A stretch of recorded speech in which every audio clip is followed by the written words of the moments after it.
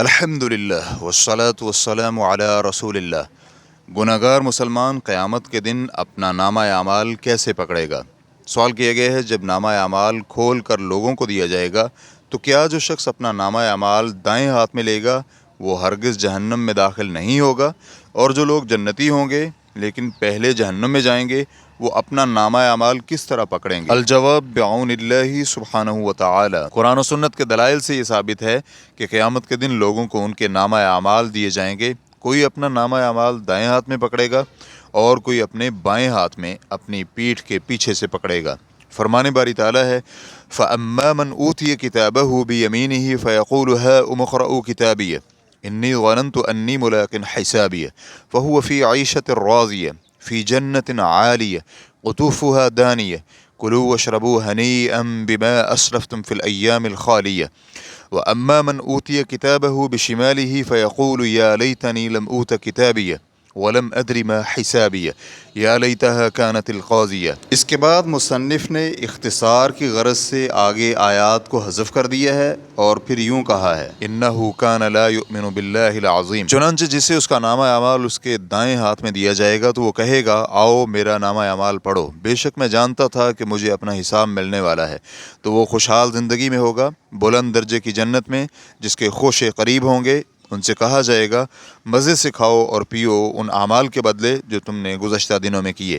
اور جسے اس کا نامہ اعمال بائیں ہاتھ میں دیا جائے گا تو وہ کہے گا کاش مجھے میرا نامہ اعمال نہ دیا جاتا اور میں اپنے حساب کو نہ جانتا، کاش وہ موت فیصلہ کن ہوتی، بے شک وہ اللہ عظیم پر ایمان نہیں لاتا تھا۔ اسی طرح فرمایا فَأَمَّا مَنْ أُوتِيَ كِتَابَهُ بِيَمِينِهِ فَسَوْفَ يُحَاسَبُ حِسَابًا يَسِيرًا وَيَنْقَلِبُ إِلَى أَهْلِهِ مَسْرُورًا وَأَمَّا مَنْ أُوتِيَ كِتَابَهُ وَرَاءَ ظَهْرِهِ فَسَوْفَ يَدْعُو ثُبُورًا وَيَصْلَى سَعِيرًا إِنَّهُ كَانَ فِي أَهْلِهِ مَسْرُورًا إِنَّهُ ظَنَّ أَن لَّن يَحُورَ۔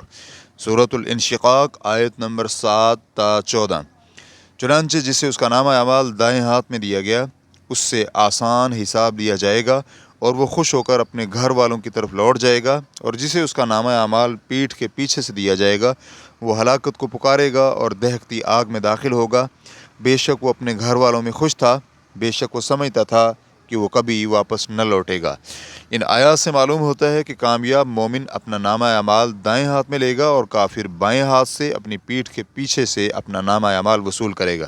اس بات کی دلیل کہ بائیں ہاتھ والوں سے مراد کافر ہیں وہ یہ ہے کہ اللہ سبحانہ و تعالیٰ کا فرمان ہے إِنَّهُ كَانَ لَا يُؤْمِنُ بِاللَّهِ الْعَظِيمِ، وہ اللہ عظیم پر ایمان نہیں لاتا تھا، اور فرمایا إِنَّهُ ظَنَّ أَن لَّن يَحُورَ، وہ سمجھتا تھا کہ وہ اللہ کی طرف لوٹ کر واپس نہیں جائے گا۔ اسی طرح ایک اور جگہ پر فرمایا وَالَّذِينَ كَفَرُوا بِآيَاتِنَا هُمْ أَصْحَابُ الْمَشْأَمَةِ، اور جنہوں نے ہماری آیات کا انکار کیا وہی بدبخت ہیں۔ سورۃ البلد آیت نمبر 19۔ امام قرطبی رحمہ اللہ اس آیت کی تفسیر جلد نمبر 20 صفحہ نمبر 65 میں لکھتے ہیں یعنی وہ اپنا نامہ اعمال بائیں ہاتھ سے لیں گے۔ چنانچہ یہ بات صریح طور پر واضح ہو گئی کہ بائیں ہاتھ سے نامہ اعمال وصول کرنا صرف کفار کے لیے خاص ہے، جبکہ جو مومن اطاعت گزار ہو اور عذاب سے محفوظ ہو وہ اپنا نامہ اعمال دائیں ہاتھ سے وصول کرے گا۔ اس پر بھی قرآن کی آیات دلالت کرتی ہیں کہ آسان حساب سے مراد کیا ہے۔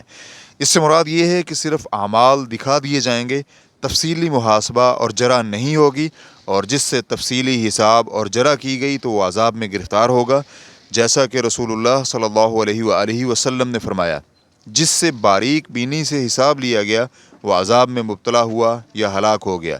ریفرنس کے لیے دیکھیے بخاری حدیث نمبر 6172، مسلم حدیث نمبر 2876۔ اسی طرح صفوان بن محرز مازنی رحمہ اللہ کی روایت ہے کہ وہ ابن عمر رضی اللہ عنہما کا ہاتھ تھامے چلے جا رہے تھے کہ ایک شخص نے آ کر آپ سے پوچھا آپ نے رسول اللہ صلی اللہ علیہ وآلہ وسلم کو نجوا کے بارے میں کیا فرماتے ہوئے سنا تھا؟ اس پر ابن عمر رضی اللہ عنہما نے کہا میں نے رسول اللہ صلی اللہ علیہ وآلہ وسلم کو فرماتے ہوئے سنا اللہ تعالیٰ مومن کو قریب کرے گا، اس پر اپنا پردہ ڈالے گا اور اسے چھپا کر پوچھے گا کیا تو فلاں گناہ کو جانتا ہے؟ کیا تو فلاں گناہ کو جانتا ہے؟ وہ کہے گا جی ہاں اے رب۔